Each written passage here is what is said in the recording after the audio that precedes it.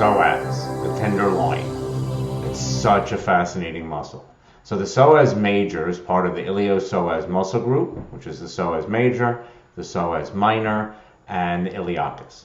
If you go to one of these big box stores like Costco or Jetro and buy a whole tenderloin, right? That cut of beef, the whole tenderloin, it's about 2 feet long. That is the psoas major, psoas minor, and iliacus. So the psoas major is the tenderloin or filet mignon.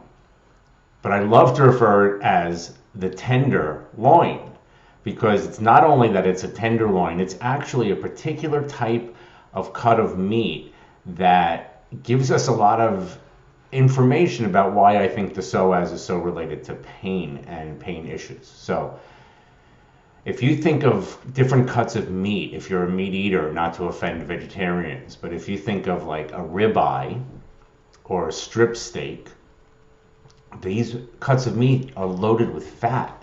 And that's beautiful because fat is flavor. It's why they taste so good.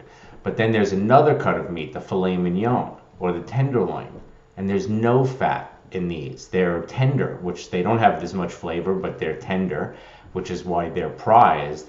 But in terms of the body, fat is a very protective thing. Fat is a protective layer. So a muscle that has no fat, and there's only one tenderloin in the body, right? There's only one, and it has no fat, and that makes it a particularly vulnerable muscle. So there are many other reasons why the psoas is the muscle of pain. It's a very important muscle, but this is one really interesting distinction between the psoas and other muscles in the body. It is not surrounded by protective fat.